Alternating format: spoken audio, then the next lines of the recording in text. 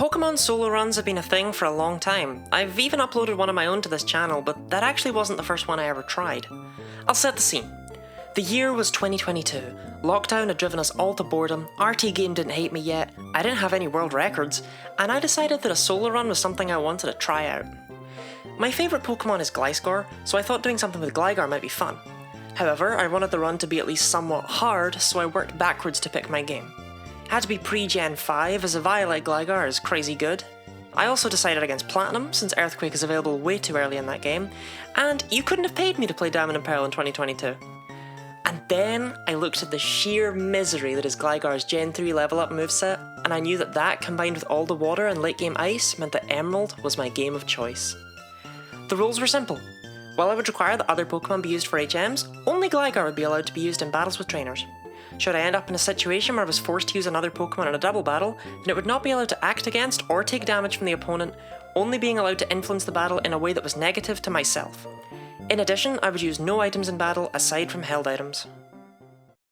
Despite starting with only Poison Sting, our Gligar was able to easily defeat the Zigzagoon threatening Professor Birch due to her relatively high base stats for the early game. That attack would carry anyone for a while. The speed is good enough that I fully expected her to outspeed everything she came across, and the bulk is pretty great, especially on the physical side, helped out by a fantastic ground flying typing that grants 2 key immunities. I mean, that all sounded like praise, right? So surely this run must have been trivial. Well, as I mentioned, Gligar's move pool is hot trash. 15 base power Poison Sting is our only attacking move until level 20 when we get the mighty Quick Attack. The one saving grace here is Stab Earthquake, which should at least help to mitigate the endgame, because other than that, even the TMs and HMs are not good. Our Gligar had Sand Veil instead of Hyper Cutter, but neither is really that great, and surely that won't ever end up being an issue. I did choose to give Brendan a Mudkip so that he had the type advantage, but the rival in Emerald is never really a big problem, so yeah. On our way to deal with Roxanne and get our first badge, well, nothing really happened. I was able to really see how tedious a lot of the early game would be. Nothing was hard, but Poison Sting is just so dang weak that I ended up using Struggle to make that final push through the Rust Burrow, just because it was stronger. We reached Roxanne at level 15, meaning Gligar had picked up both Sand Attack and Harden. And yes, my strategy was indeed as dire as you might assume from me mentioning those moves. Sand Attack only has 15 PP, and Roxanne has 3 Pokemon in Emerald, so the goal was to sand down her first Geodude a bit before setting up a bunch of Hardens, and then switching to the unfortunately 4 times resisted Poison Sting in an attempt to inflict poison and win the battle of attrition. Unfortunately, Roxanne just would not miss any of her attacks, punishing my valiant and good faith accuracy strategies with her dumb and stupid good luck. Her first Geodude managed to hit Gligar enough to lower her HP to below half after consuming her Oran Berry, and that was before I even begun an offensive. The second Geodude was much better about missing, but refused to get poisoned for like a billion turns. As a result of it still hitting on occasion, by the time Nosepass came out, Gligar had a mere 14 HP remaining.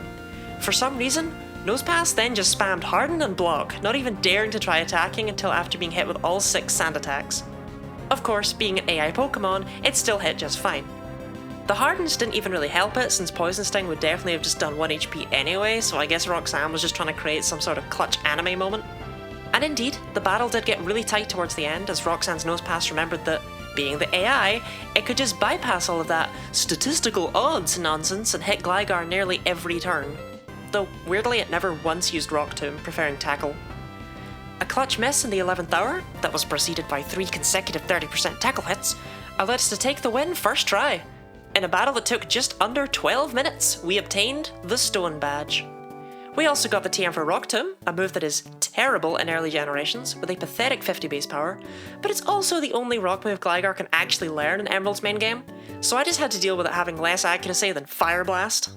Thankfully, over on Dewford, the way through Granite Cave is burned into my memory from when I was a child, meaning I didn't need stupid Flash or anything to get through it, and could pick up Steel Wing from Steven, which is a huge jump in power from Poison Sting.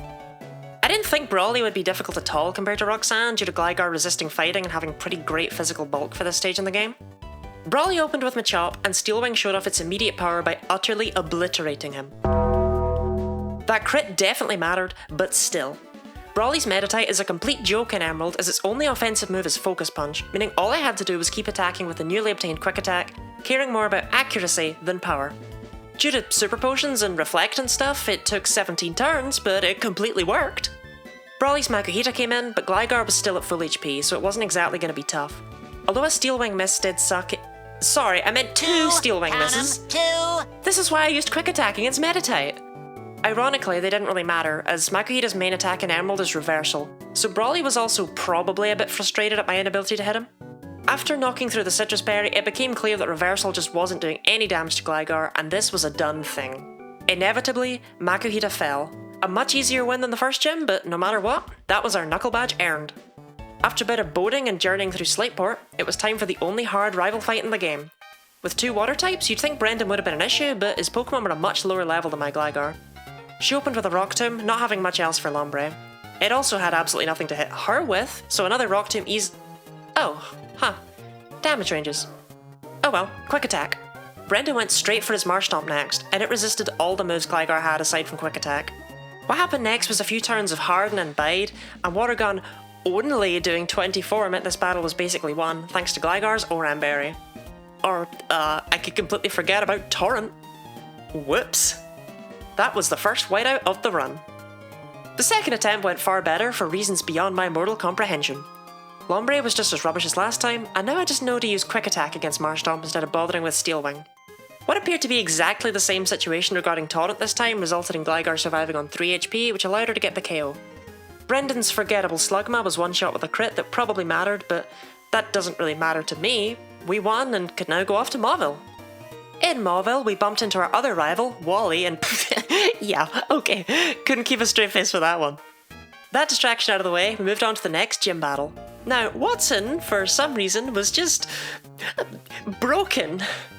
I started off with Quick Attack against his Voltorb, and he went for Shockwave for some reason. Another Quick Attack, another Shockwave. A Rock Tomb finished off Voltorb after Watson healed up, but seriously, what was that? Watson then brought out his Electrike, which howled after being hit with a Rock Tomb, meaning it was able to get off a decent Quick Attack before it fell. I guess at least that one attacked. Next, Watson sent out his Magneton, a pest that was able to resist all of Gligar's moves. I tried Feint Attack and yeah. But then Watson went for Thunder Wave? What followed were 9 straight turns of me using weak moves and Watson attempting to use Thunder Wave. I checked! It knew Sonic Boom! It just did not want to use it despite Gligar being immune to Electric. Even now, Watson, this makes no sense! And after all that, he had the audacity to use a potion? Watson! You cannot win if you don't even deal damage! Miraculously, we somehow eked out the win against the blue-screening Magneton, and so all that was left was Manectric, who you... Dang it, Watson! Stop this madness! Even though Gligar missed around half of her Rock Tombs, I guess Watson missed literally every Thunder Wave. Eventually, Gligar actually ended up getting paralysed via static, so I guess Watson got the last laugh in the end, as that allowed him to hit with a Quick Attack of his own before his Manectric went down. 2 Quick Attacks. That's all he did. Over like a billion turns. I asked Marco Untold, a friend of mine who speedruns Pokémon Emerald, if they knew what happened here. I did get an explanation of Swords Back, but given that it opens with, "I have no idea why Voltorb did what it did," I can only assume that Watson should probably have retired.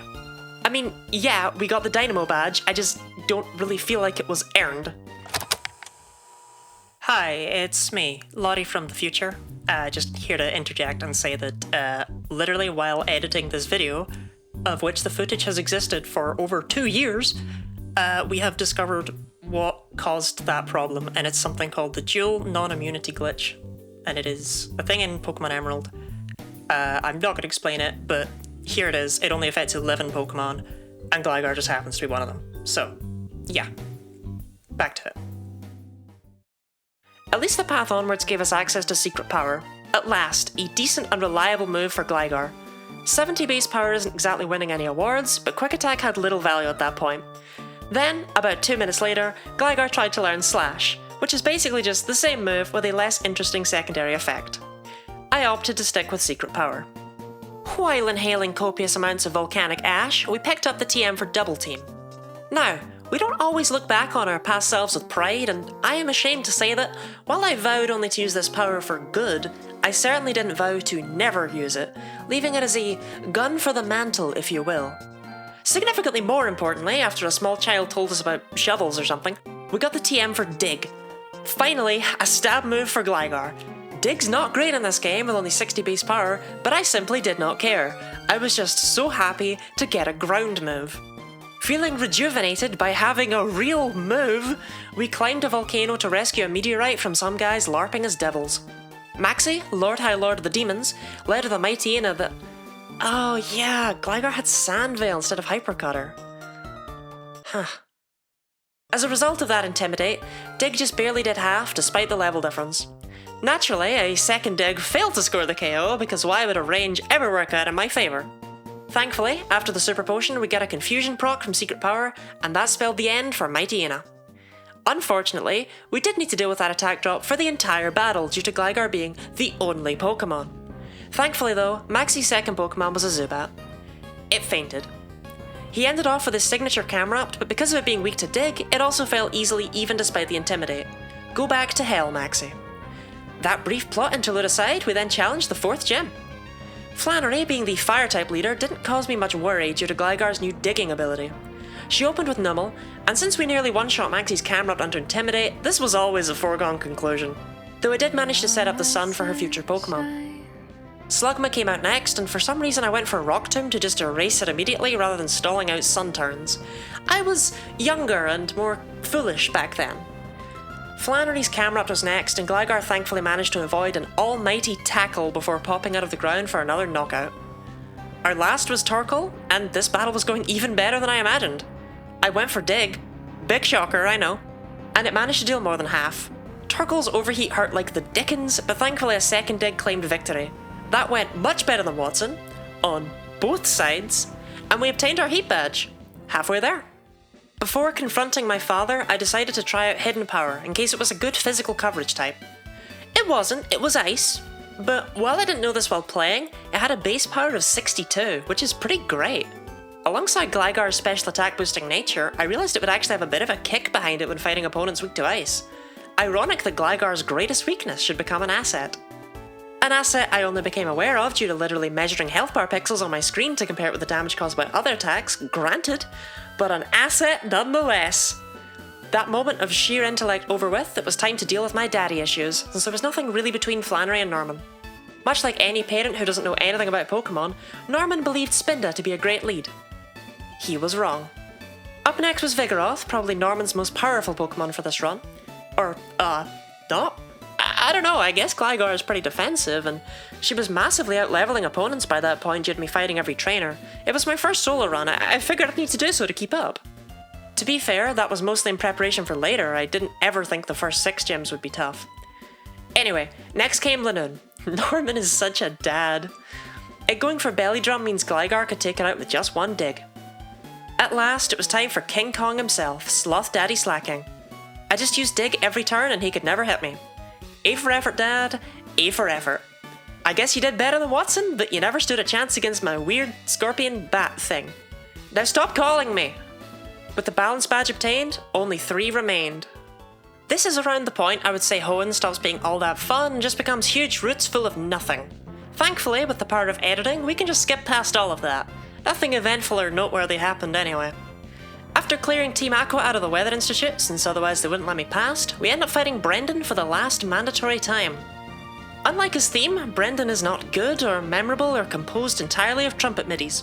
Even his Marsh Stomp stopped being an issue since we got Dig, and it seemed to resent using any water moves, so yeah. Thanks Brendan, we won't be talking about him again. I didn't see any reason not to just take on Winona right away, since everything up to now had just been incredibly easy and, well, she wasn't exactly going to be changing that. Winona opened with Swablu, which ironically was quite scary despite its appearance. If it used Perish Song, it was just an instant loss, but thankfully Rock Tomb was basically just a highlight and delete. Winona's Pelipper managed to last a little longer due to protecting, but it didn't actually deal any damage before going down, so whatever. Her Tropius absolutely did not expect my Gligar to be rocking a 62 base power ice move, though it did survive the hit due to Gligar's pitiful special attack. It didn't survive a second one though. Skarmory was the only one of Winona's Pokemon that really worried me going into this battle, since it isn't weak to any of Gligar's moves, and has good defense. However, Hidden Power Ice came in clutch again, as it dealt over half with a crit. Luck smiled upon me as it missed its Steel Wing, causing it to get annoyed and use Sand Attack, which turned the battle into a gamble. Rubbing salt in the wound, Winona used a hyper potion to waste further turns, but Gligar was just in the zone and never missed even once, easily taking down the armoured bird. With that, all that was left was the fluffy finale with Altaria, who, like Tropius, had a crippling 4x weakness to ice.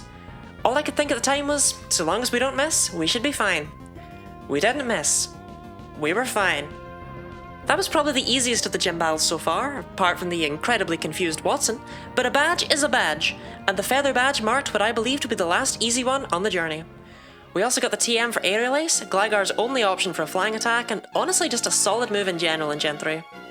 The only issue was, with only 4 move slots and single-use TMs, I couldn't afford to just delete anything I thought I might need later. After obtaining the Magma Emblem from Mount Pyre and going through the following Magma Hideout, we got to witness Maxie using a blue orb on a red monster like an idiot, causing everyone in Hoenn to get heatstroke. For some reason, that made him mad at me, so we battled. Again, I wish I had Hypercutter. Though he did have his mighty use Swagger this time. Swagger plus Intimidate is a bold strategy, I can't lie. Still, that attack boost allowed Dig to get the KO and caused Rock Tomb to drop the incoming Crobat into healing range, allowing it to easily be picked off with a few hidden powers. Gligar then attempted to learn Guillotine, but I passed for that moment. Another gun for the mantle. Anyway, where were we? Maxie? Oh yeah, Dig buried his camera up and that was it. He went after Groudon, which seemed suspiciously like, not my problem, so instead I went to go beat up some pirates to reclaim a stolen submarine. Unfortunately, I was too late to fight the Pirate King, but I did get to fight, Matt. I really don't care about Matt. Alright, time to take to the open seas. The really open seas. Look, I'm not saying IGN was right. Due to my high level and dwindling sanity, I actually opted to just skip all of the trainers in the ocean and go straight to Moss Deep. That ended up being a mistake. Thankfully, nothing eventful or noteworthy happened in the Moss Deep gym itself before we arrived at the gym leaders. Now, an important and annoying quirk about Tate and Liza is that they simply would not battle me if I only had one Pokemon, so I had to work around that in accordance with my rules. Meet Lisa. Aww. Her role? Allow me to enter the battle and then immediately get smacked in the face by Gligar. Allowing her to soak a hit would have, as far as I was concerned, been breaking the rules, so I opted to make things harder for myself and forced turn 1 to be attacking Lisa with Gligar. What that means is, Tate and Liza got to face me in a 2v1 battle where they got the first turn.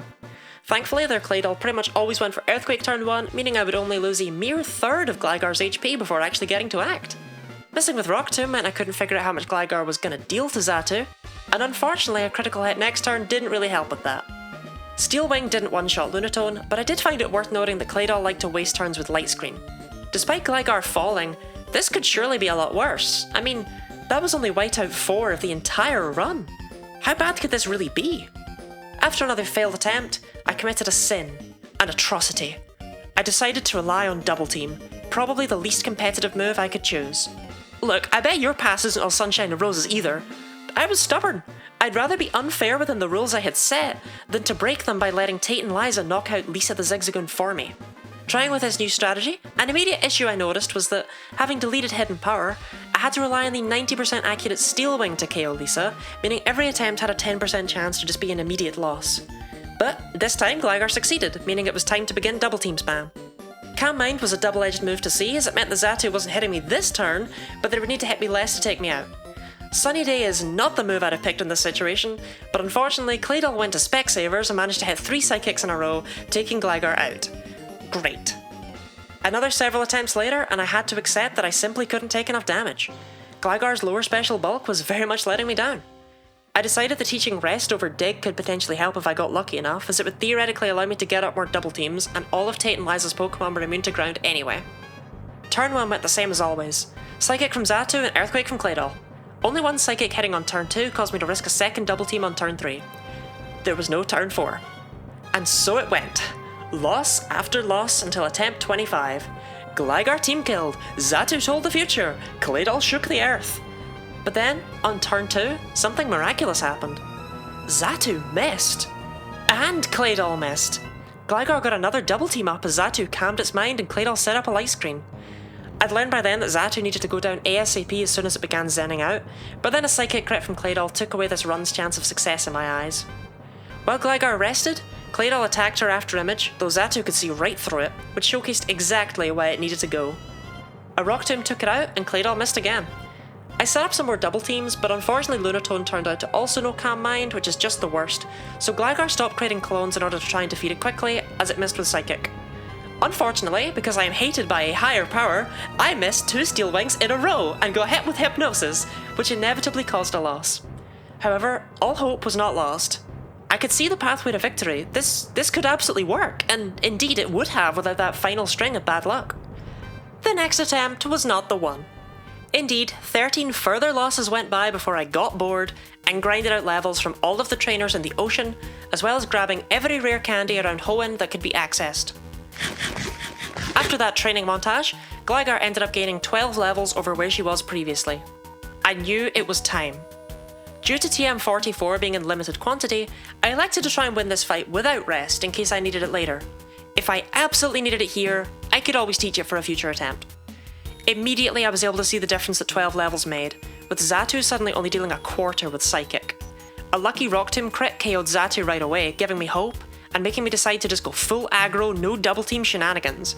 Lunatone got one shot without a crit, which allowed us to see Solrock for the first time. Unfortunately, Claydol wasn't just using Light Screen that whole time, and Gligar was taking a beating. A critical Steel Wing managed to take out Solrock before it did anything, and then Claydol finally wasted a turn. All we had to hit it with was Steel Wing, unfortunately, but we did do more damage than it was doing back. Unfortunately, even now, all these years later, I can hear my heart break as Titan Liza whip out a Hyper Potion.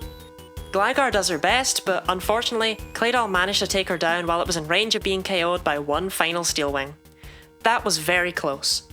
12 levels made such a huge difference that we nearly won first try without even using Double Team or rest. My vigor was renewed and my Scorpion was stingly. We could do this. Still, had Titan Liza been deserving of me not using Double Team, then I wouldn't, but this fight was just so stacked against me that even the scummy option was unreliable at best. I've always been a fan of the classics, so I decided to just give Double Team another whirl. Xatu and Claydol both wasting that turn worked out well too, allowing Gligar to get off a second Double Team before anything really happened. Claydol missing with an early Psychic felt like a solid omen. Greed perhaps got the better of me and I decided to go for a third Double Team, even though Xatu was just so damn calm, you wouldn't even believe it. Even after starting the offensive, it just kept zenning out and reading self-help books until Gligar finally managed to put it on the ground. As we learned earlier, Lunatone is a one-hit KO, and even Claydol managing to land a Psychic couldn't dampen my spirits. Solrock fell easily also, wasting its only opportunity to attack by setting up the sun. Soon, it was just a 1v1. Finally, after all of those attempts. For reasons known only to the voices in my head though, I begun to use more double teams instead of just grabbing the win. I guess it was underconfidence? But either way, it was really dumb. I used 3 more maxing out my evasion before being subject to irony. And then I just went completely insane. I guess my logic was to make Claydol run out of PP, but like, it's an easy 3-hit KO, why didn't I just take it? Still, it eventually worked out, as all Claydol had remaining was Light Screen, and despite Steel Wing's newfound 50% accuracy, literally nothing could stop Gligar as she repeatedly slammed her wings into Claydol to knock it out through the Hyper Potions. It only took 46 losses, 12 levels, and several hours, but you know what they say, 47 times the charm, and we finally earned our Mind Badge. There was just one more badge to go, and honestly, nothing was ever gonna compare to that ordeal. The immediate first thing I did was to purify Gligar's moveset of sin. It's easier to ask for forgiveness than for permission after all, and I repented. After helping Steven at the Moss Deep Space Center, he gave us Dive, and we were finally able to chase after Team Aqua. Remember that? Before the Psychic Twin stuff? Good times. Our fight with Archie was not hard, not only due to the sheer level gap necessitated by Titan Liza, but also because he stupidly hid the TM for Earthquake in his hideout, meaning Gligar finally has a not terrible move. This battle was a victory lap. Unfortunately, after leaving the Pirate and Demon LARPers alone with their awakened gods for so long, the weather turned downright biblical, and only Rayquaza could possibly assist. And so, we begun the long and arduous climb up Sky Pillar, and then Rayquaza agreed to help, and there we go, plot solved. Ta-da. Stop fighting! Back to Scorpion time. I was a tad worried about Juan at the start of this run, since Gligar's weak to water and very weak to ice, and many of Juan's water Pokemon are rocking ice coverage. Unfortunately for him, Earthquake, Earthquake, Earthquake, Earthquake, Earthquake. Oh! Kingdra Lift. Nothing another Earthquake can't handle. Problem solved. Cool. 8 badges. Now nothing was stopping us from going to the Pokemon League. But I wanted to show off Gligar's true power. I know not why I wanted to be so disrespectful. Rayquaza technically helped out a lot. I guess I just thought it would be funny since we got that amazing hidden power. Plus, Rayquaza is the final opponent that will be at a higher level. Hidden power actually did way less than I thought, and Fly did much more than expected. However, Gligar simply refused to lose, and ended things quickly with a critical hit. She bench pressed that dragon. With that done, the next step was to actually win the championship, which began by going through Victory Road and dealing with Wally. Against Wally, I needed to use all of my tactics, all of my strategy, and actually the joke I was setting up for doesn't really work since he led with a Pokemon immune to Earthquake. Unfortunately for him, Altaria is basically a way weaker Rayquaza, and so it stood no chance against our Gligar's command over Ice. And then from there, nothing was immune to Earthquake. Say hello and goodbye to Wally's entire team. I hoped the Elite Four wouldn't be quite that easy. Nothing eventful or noteworthy happened throughout the rest of Victory Road, and in no time at all, we were standing at the Pokemon League's gates. Teaching aerially seemed like a good idea given Sydney had 2 Pokemon weak to flying, and also it's Gligar's only flying move. Let's get this started! Elite Four member number 1, Sydney. He opened with a Mightyena and... dang, I really should have taken a Gligar with Hyper Cutter. It managed to live in Earthquake due to the lowered attack and hit back with Sand Attack, which means nothing against Gligar's Aerial Ace. Crawdon's Surf hurt a lot more than I'd like, but it still went down easily enough. Shiftry was deleted by a critical Aerial Ace that I doubt mattered, which Cacturne came in to prove being taken out by a non-critical Aerial Ace. Absol wasted its one chance to attack by setting up with Swords Dance, which granted us an easy first victory. 4 to go. Elite Four number 2, Phoebe. She opened with Dusclops, which was just obnoxious with Pressure and Protect, which I quickly learned to work with each other. I didn't restore my PP between battles, so we ran out of Earthquakes really quickly, and even though we eventually chipped down the first Dusclops, the second one came in and had Ice Beam, meaning I need to have Earthquakes remaining for it, otherwise I would just lose. Like I did here. I decided to try something different here and actually used Sand Veil to my advantage for the first time all run, since I knew Phoebe's Dusclops was just going to use Protect turn 1 anyway. After setting up Sandstorm, Gligar used Earthquake on turn 2 as Dusclops failed to double protect, and the Sand Chip barely knocked it out, bringing in Dusclops 2. Gligar opened with Aerial Ace for some chip, took less damage from Ice Beam than one might expect, and then finished the job with an Earthquake. From there, I doubted Phoebe had anything that wanted to take an Earthquake. I was correct. 3 to go. Not wanting to redo that battle, I saved before Glacia. That turned out to not be smart. Speaking of Glacia, I suspected her to be the hardest opponent in the run, aside from the obvious. No, not Watson. Her first Celio barely survived Earthquake, which didn't really fill me with hope when it came to Wall Rain, and so it was able to set up Hail. I took Glacia's healing turn as an opportunity to set up Sandstorm, but next turn we low rolled and Celio survived the Earthquake and the Sand Chip, setting the Hail right back up. I attempted to set the Sand up again on another healing turn, but Glacia just attacked with Ice Ball, which got a critical hit and dealt around a million damage, which did not feel great. Now, what are you going to do? Glalie came in, barely survived an Earthquake, and took Gligar out. However, they did both barely survive, so maybe a level or 2 would be all I needed. I decided to grab the last 2 remaining rare candies in the world, and grinded up 1 more level before using them, so Gligar gained 3 levels as a result. I figured that was the power increase we'd need, but I also grabbed a secret weapon from the move relearner in case Wall Rain turned out to be a problem. Sydney was still easy, Phoebe was now much more manageable, and very quickly it was Glacia time once more. Earthquake easily KO'd Celio, but Glalie survived and hit with an Icy Wind, which actually didn't get the KO. This could be workable. Glalie gets finished off by a critical Aerial Ace after a potion, but then the second Celio survived Earthquake and ended the battle with a Blizzard. Nothing to do but try again. Okay, Earthquake KOs the first Celio and... What? Make no mistake, its surviving right there is actually amazing! Celio set up the Hail, letting Gligar override it with Sand while Glacia healed. I think that must have been a minimum roll, but it let me set the Sand up, so be it. Gligar easily finished Celio next turn, Glalie got hurt on switching because Gen 3 is jank, allowing Earthquake to take it out as a result. This is amazing! Celio 2 and Glalie 2 were both also knocked out with the combination of Sandstorm and Earthquake. I have no idea if those rolls were just favourable, and I do not care to check. That was awesome. All Glacia had remaining was Wall Rain, Mummy Tusk herself, and it was time for Gligar to roll the dice and whip out her secret weapon. It may only have been a coin flip, but Guillotine hit, and I never needed to deal with that walrus ever. 2 to go. I didn't think Drake would be anything compared to Glacia, due almost entirely to the fact that Gligar had hidden power ice. I mean, she took down Rayquaza! The only issue is, I needed to get rid of Sandstorm to make room for it, and since that's a one-use TM, I now had a lot on the line, as I had no idea how to beat Glacia without that passive damage. Shelgon protected turn 1, but failed the double protect on turn 2, using up a full restore after an Earthquake hurt it. Eventually it stopped protecting and went down to Earthquakes. Kingdra wasn't something I wanted to see, as we know from experience that it would survive. Oh, never mind. Altaria continued to just be worse for Rayquaza, and Hidden Power dealt a lot of damage. Dragon Dance wasn't even enough for it to outspeed, so we managed to turn this into a 1v2 without even losing any HP. Drake's Flygon was just nowhere near as bulky as Altaria, though it did still survive the Hidden Power. Drake foolishly healed it, and it didn't survive the high roll next turn. All that remained was Salamence, and double Hidden Powers finished the job. That was a slaughter, as expected. Only one remains. Wallace focusing on water types is normally a complete joke in a region where you get plenty of practice against them, but we'll see how this went down. Gligar opened with Earthquake against Wailord, which failed to get the KO, and... well, okay then. That attempt did not get far. Attempt 2, I checked to see if maybe Blizzard was a range. Blizzard wasn't a range.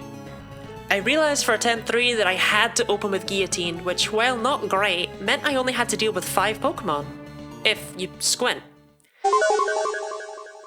Tentacruel might as well have just not shown up due to being weak to Earthquake.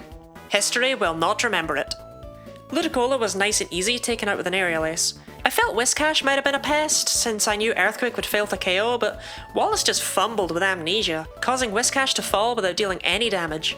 Aside from Wailord, this fight seemed to be quite consistent. Wallace brought out his Ace Milotic next, and since Gligar was still at full, I trusted nothing it could do would take her out, as Earthquake dropped it below half. It did turn out to have Ice Beam, but Gligar barely clung on with 11 HP, and managed to KO it with another Earthquake, leaving only 1. With 11 HP remaining for Gyarados, and Gligar being intimidated, I knew what had to be done. Gligar Woods just needed to land one more hole-in-one to become the world champion, and... my god, she did it! Guillotine landed. Gligar is the champion of Hoenn. We did it. All that remained was to record Gligar's activities for all of time. With just one Scorpigal, we reigned supreme over the region of water. 7.8 out of 10. Wait, why is there still footage? 2022 Lottie, what are you doing? You did everything, didn't you? What else could possibly be left? Why are you in Meteor Falls? You already won. Just move on. No, that's sin. I thought you repented. Don't relapse. Don't give in. I really did this, huh? Well, I had no particular reason to, but it seemed like it might be an okay challenge, so I thought, why not, right? Guillotine lost all viability, so it's a return to double team strats against Skarmory. It having Toxic means there was no way I was winning this without rest. At least Leftovers is finally a thing. After being hit by Toxic, I knew that was just an immediate loss, but I did learn that Hidden Power does absolute beans to Skarmory, which is not good news, but it is news. I replaced Aerial Ace with Rest, leading to an interesting moveset. Steven's opening genius frightens me even now, but at least it enabled me to set up several double teams. The goal was to set up all 6 before beginning the sweep. Toxic lost any threat it previously had, as Gligar could just sleep off the toxins. However that works. We got off 5 double teams before Gligar had to rest, with Steven Skarmory having Aerial Ace being kinda saddening due to it being unable to miss. After waking up, Gligar performed her 6th double team, so it was time to begin the offensive. Hidden Power looked to be a nice and quick 8-hit KO, with Gligar needing to rest whenever she got low on HP. I'll just fast forward through that real quick. Stop it. Get some help. And there we go. Finally done with his first Pokemon. Thanks to that very sexy crit, we only used up 12 Hidden Power PP, and it only took 7 minutes. At least Armaldo was nothing in comparison. Earthquake dealing almost half is, even now, frankly addictive after that previous display, though I do wish Steven didn't seem to have Aerial Ace on all of his Pokemon. Another 2 Earthquakes knocked it out, and Steven seemed to have no full restores remaining. Claydol was another big pest, honestly. Gligar simply lacked the PP to be dealing with Light Screen. Claydol could only attack with Ancient Power, yeah, but they apparently all get some kind of Specsavers deal, as it managed to hit way too many of them for my liking, thankfully never getting the Omni Boost. Oh, What, Steven, you just didn't like your Armaldo? I thought you were out of those. PP was running low and I didn't want Reflect to still be up when the Glasses demon finally fell, since Metagross... well, it's a Metagross. I decided to stall it a couple of turns with Rest, aiming to get the KO when Reflect wore off.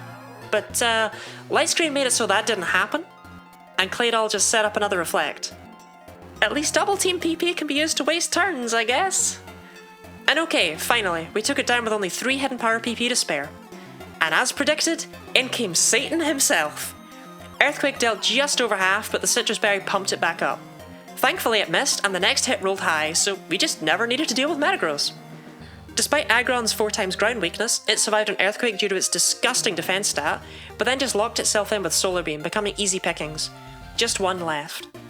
Credillia is a pest, no doubt about it. I lacked good fibs of any kind, Ingrain was annoying, but I had enough Earthquake PP to knock it out, so let's just end this. No, no, no, no, no! Seriously, Steven? Okay, suddenly that enough Earthquake PP thing wasn't feeling so accurate. Maybe just barely. At 2 PP left, it was below half, so actually, maybe we're okay. Gligar knocked it back into the red, ready to claim the KO, and are you kidding me right now, Steven? A mere 3 Hidden Power PP was going to just barely miss out on the KO, and to rub salt in the wound, Credillia landed with a Giga Drain. Our final Hidden Power knocked it down to around a third, but that was it. Nothing left, no attacking moves. Just 5 double teams and 7 rests. Though I guess there was a forbidden technique that we used at the very start of the run. The secret move, the one thing every Pokemon is capable of. Though we would first need to spend many turns burning Gligar's remaining PP. 5 minutes later, Gligar awoke from her final rest, allowing the struggles to begin. It was dealing more to Credillia than the recall was dealing to Gligar. We'd won. Credillia had actually just been using Ingrain for several turns at that point, meaning it was also out of moves. I guess that's what happens when most of your moves only have 5 PP, huh, Steven? It took a bit, but Leftovers fully restored Gligar's HP after every struggle. I got really sick of seeing that HP restoring animation at the end of every turn. I really thought Credillia would have started struggling in solidarity, but no. And, yeah, that's the way the battle ended. Not with a bang, but with a whimper. That was stupid, Double Team is boring, I'm sorry. But, we won. And the battle only took 27 minutes. This run was honestly just a bit of fun. I made Tate and Liza much harder than they needed to be, and Watson will forever be a mystery. I suppose in many ways you could consider this a practice of what's to come. I streamed this entire run on Twitch, over at twitch.tv/GuineaLottie. If you liked what you saw here, maybe you'd like what you see there. I've improved a lot since streaming this in 2022. And if you'd prefer to just watch the videos, that's fine too. Feel free to like this video and subscribe if you want more content like this. This video was edited in a super timely manner by Maverick. and I appreciate it a lot. Thank you for watching, and have a nice day.